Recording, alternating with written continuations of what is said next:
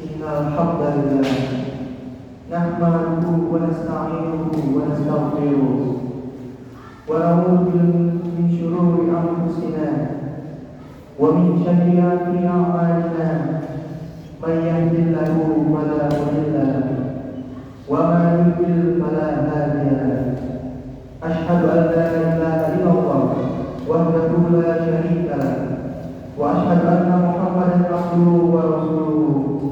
Allahumma shalli ala wa sallim wa barik ala sayyidina Muhammad wa ala alihi wa sahbihi ajma'in. Amma ba'du. Hadirin yang yang mulia, dalam kesempatan baik ini, marilah kita terapkan tekad yang kuat untuk mengisi hari-hari demi mengingatkan iman dan takwa kepada Allah Subhanahu wa Ta'ala. Sebagai wujud rasa syukur atas kehidupan yang telah dianugerahkan, dengan iman dan takwa sebagai rasa syukur, kita wujudkan kehidupan yang damai, makmur dan sentosa dengan penuh kesadaran akan jabatan kita sebagai khalifah di muka bumi ini yang akan dipertanggungjawabkan di hadapan Allah Subhanahu wa Ta'ala di hari pengadilan. Dan percayalah bahwa takwa adalah bekal terbaik saat menghadap kepadanya. Hadirin jamaah yang mulia, suatu ketika Nabi Sulaiman alaihissalam bersama sejumlah tentara pengawalnya yang terdiri dari manusia dan jin mengadakan perjalanan jauh. Di tengah jalan mereka bertemu dengan sekelompok semut yang sedang bekerja mengangkat makanan ke dalam sarang-sarangnya. Pemimpin semut berseru kepada anggotanya, "Wahai sekalian semut, masuklah ke dalam sarang-sarangmu, agar kamu tidak diinjak oleh Sulaiman dan bala tentaranya, sedangkan mereka tidak menyadari." Quran Surat An-Nahl ayat 18. Nabi Sulaiman dianugerahi Allah kemampuan melatih bahasa binatang di antara kelebihan-kelebihannya yang lain. Hanya tersenyum dengan mendengar perkataan seekor semut itu. Nabi Sulaiman pun memanjatkan doa. Fatabassama bi'abika min kulliha wa qala rabbi awzi'na an ashkura wa ni'mataka allati an'amta 'alayya wa 'ala walidayya wa ana an a'mal shalihan tarda wa anzikni bi rahmatika fi ibadika shalihin. Ya Tuhanku, anugerahkanlah kepadaku ilham agar tetap mensyukuri nikmat-Mu yang telah Engkau anugerahkan kepadaku dan kepada kedua orang tuaku, agar aku berbuat kebaikan yang Engkau ridhoi. Masukkan aku ke dalam kasih sayang-Mu, ke dalam golongan hamba-Mu yang sholih. Quran Surat An-Nahl ayat 19. Jamaah Jumat rahimahullah, sungguh luar biasa sikap yang ditunjukkan oleh Nabi Sulaiman. Seseorang yang memiliki kekuasaan yang besar dan harta kekayaan yang melimpah, dikawal oleh pasukan besar manusia dan jin, berkemampuan mengerti dan berbahasa binatang yang terpatri dalam ilmunya. Lalu terucap dari bibir adalah rasa syukur, berterima kasih atas anugerah yang telah dicurahkan Allah kepadanya. Kebanyakan manusia seringkali lupa bersyukur karena mendapatkan sedikit saja kenikmatan, apalagi banyak.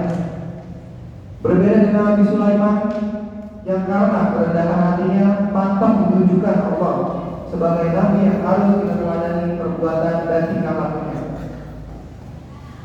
Justru tak lupa syukur atas kenikmatannya yang diperoleh Allah. Syukur adalah seutama-utama tingkah laku. Jika kita membaca Al-Quran, membuka lembaran pertamanya, akan kita temukan bahwa kitab suci pun memulai segala pengetahuannya dengan ungkapan rasa syukur pada Allah yang Maha Kuasa, dengan mengungkapkan Alhamdulillahirabbil alamin. Syukur adalah hikmah atau sebagaimana diartikan para filosof dengan pengetahuan sejati. Pengetahuan sejati pertama yang diterima oleh Luqman Al-Hakim. Ta'ala ceritanya sebagai berikut. Walaqad atayna Luqmana al-hikmata an yashkurillah wa man yashkur fa innama yashkuru li nafsihi wa man kafara fa innallaha ghaniyyun hamid. Quran surat Al-Luqman ayat 12. Mengapa syukur menjadi nikmat utama? Karena nikmat Allah sudah begitu besar dan begitu banyak terlimpah kepada kita semua. Rasanya begitu malu jika kita tidak meminta pada Allah, padahal sudah begitu banyak yang Dia curahkan. Kita terlalu banyak meminta, tapi sedikit sekali bersyukur. Seharusnya kita banyak bersyukur, tapi juga banyak meminta. Karena Allah justru akan marah jika kita tidak meminta kepadanya. Ini menandakan bahwa sebanyak apapun kita meminta nikmat Allah, tidak juga habis terkuras. Allah sendiri menggambarkan dengan cara yang sangat indah seberapa banyak nikmat yang Dia limpahkan kepada sekalian makhluknya.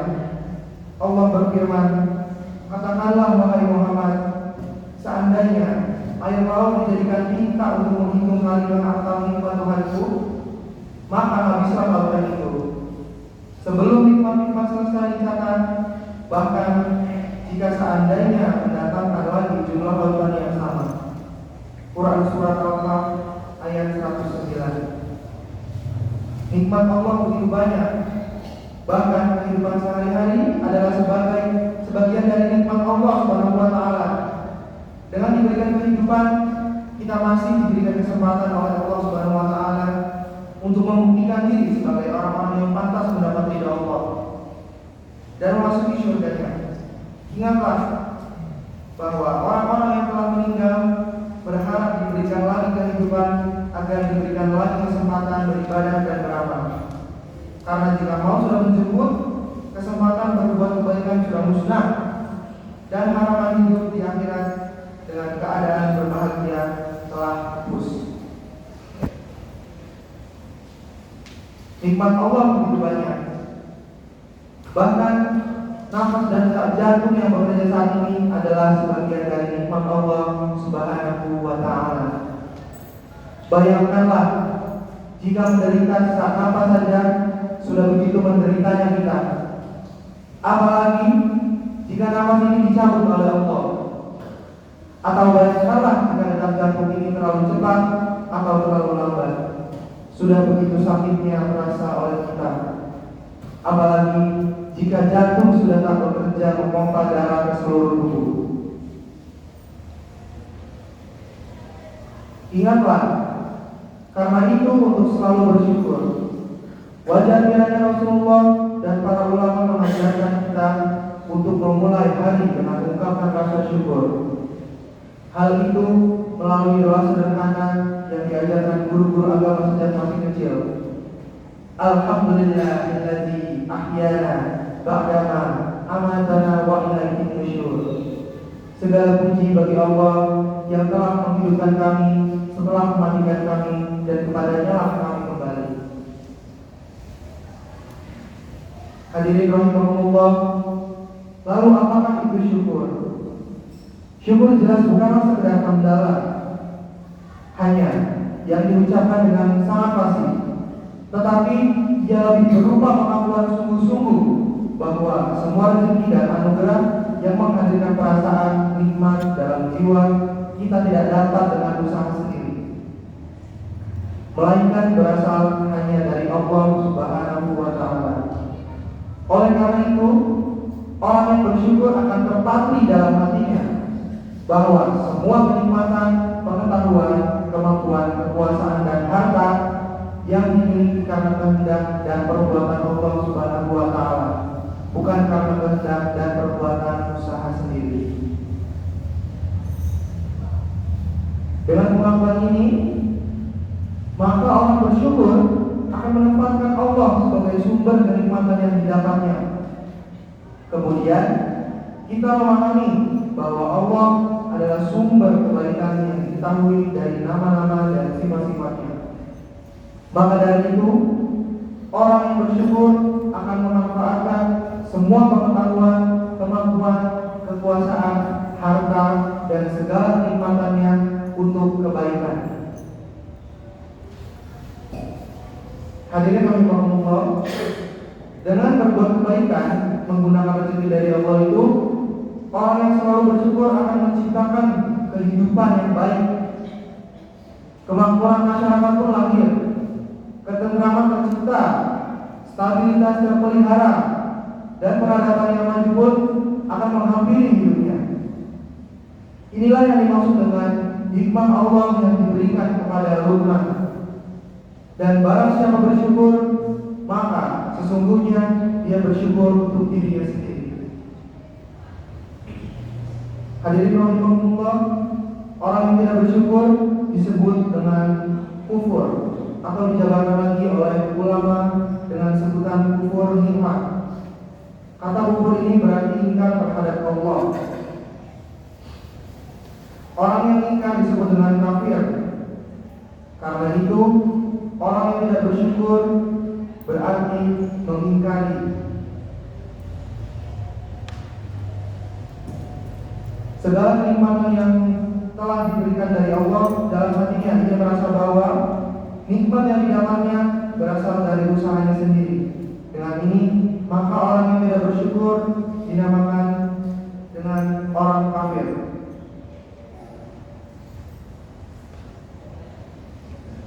Barakallahu lakum fil Qur'anil azim wa nafa'ni wa iyyakum bima fi ayati wa hadhihi. Aqulu qawla hadza wa astaghfirullah wa lakum wa la syirkil muslimin min kulli dhanbin fastaghfiruhu innahu huwal ghafurur rahim.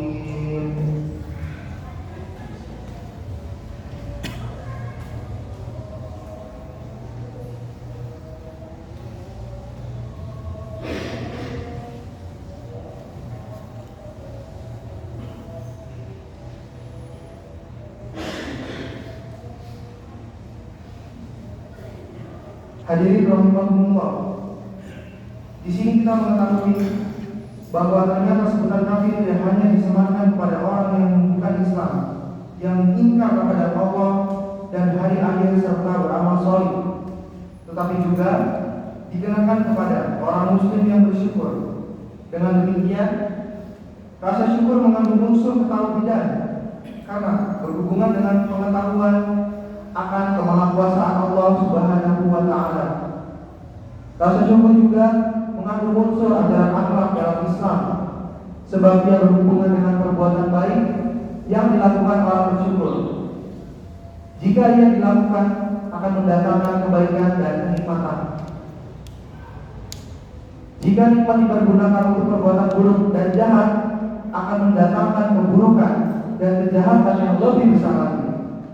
Mari kita budayakan kebiasaan untuk selalu bersyukur kepada Allah Subhanahu wa Ta'ala. Semoga kita semua digolongkan oleh Allah termasuk dalam golongan hamba-hambanya yang saleh.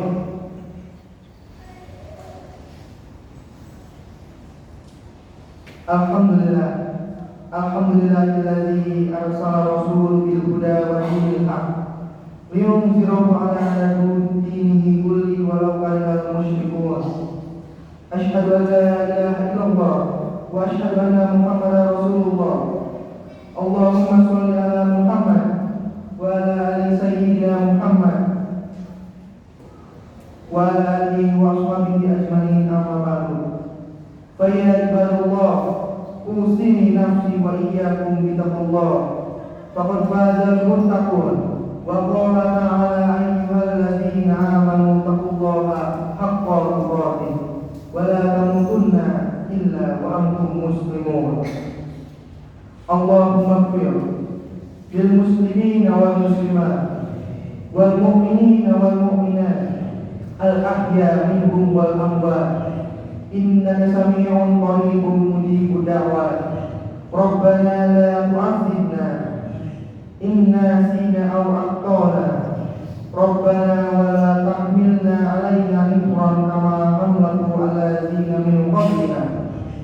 Rabbana wa la tuhammilna ma la taqata lana bihi wa'fu 'anna waghfir lana warhamna anta maulana fansurna 'alal qaumil kafirin.